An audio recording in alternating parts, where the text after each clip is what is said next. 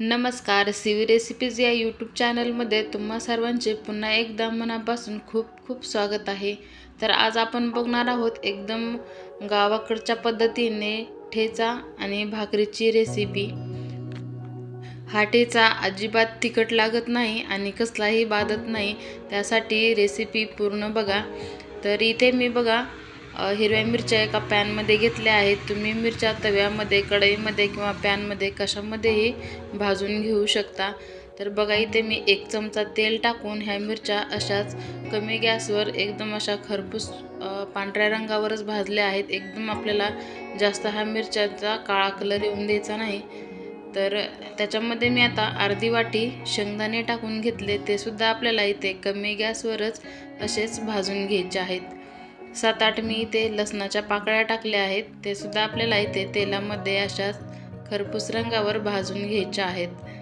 पण लक्षात असू द्या, आपल्याला इथे गॅस कमीच ठेवायचा आहे। गॅस जर फुल केला तर आपल्या मिरच्या इथे एकदम काळ्या पडतील, वरून भाजतील आणि आतमध्ये कच्च्या राहतील, त्याच्यामुळे आपला ठेचा एकदम तिखट लागतो।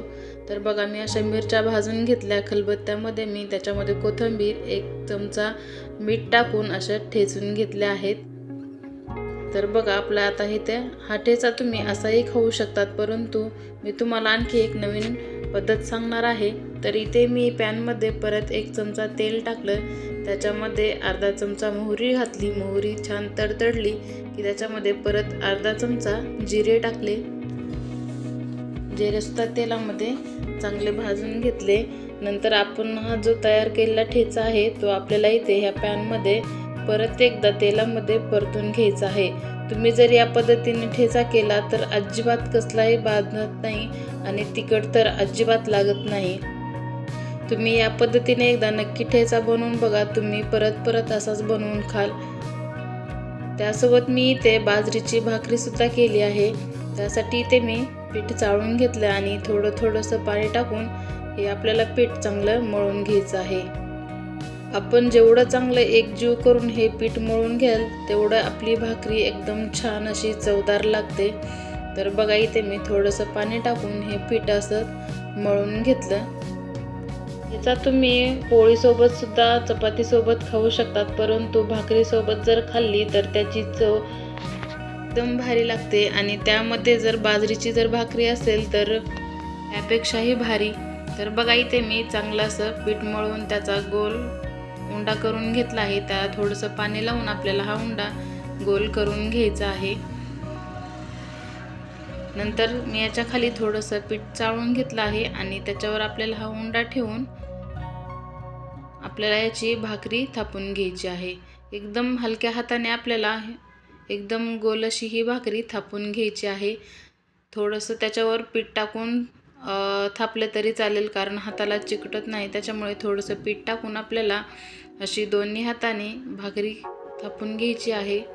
तर तुम्ही पाहू शकतात अजिबात कसल्याही ते आपल्या कडा चिरलेल्या नाहीत, एकदम गोल अशी भाकरी तयार झाली आहे। आता तवा आपला चांगला गरम झालेला आहे, त्याच्यावर ही भाकरी टाकून घ्यायची आणि थोडंसं याच्यावर आपल्याला पाणी टाकायचं आहे। जास्त पाणी टाकायचं नाही, थोडंसंच पाणी टाकून भाकरीला लावून घ्यायचं आणि जेव्हा हे आपलं वरचं पाणी सुकेल तेव्हाच आपल्याला भाकरी पलटी करून घ्यायची आहे। बघा छान अशी आपली इथे भाकरी पचली आहे, तर आपण पलटी करून घेतली। तर तुम्हाला ही ठेचा आणि बाजरीच्या भाकरीची रेसिपी कशी वाटली नक्की कमेंट करून सांगा आणि आवडल्यास लाईक शेअर करा आणि माझ्या सीवी रेसिपीज या चॅनलवर जर नवीन असाल तर चॅनलला सुद्धा नक्की सबस्क्राईब करा। तर बघा इथे मी गॅसवर थोडीशी भाकरी भाजून घेतली, तर अशी सुद्धा भाकरी आपली एकदम अशी छान कडक होते, त्याच्यामुळे मी इथे गॅसवर भाजली आहे। तुम्ही तव्यावर सुद्धा भाजून घेऊ शकता। तर बघा इथे मस्त अशी आपली इथे बाजरीची भाकरी टम्म फुगून आणि एकदम अशी कडक तयार झाली आहे। बघा मी इथे अशाच ह्या बाजरीच्या भाकरी भरपूर व्हिडिओ पूर्ण बघितल्याबद्दल खूप खूप धन्यवाद। पुन्हा भेटूया अशाच एका नवीन रेसिपीमध्ये, तोपर्यंत मस्त खा आणि मस्त राहा। थँक्यू।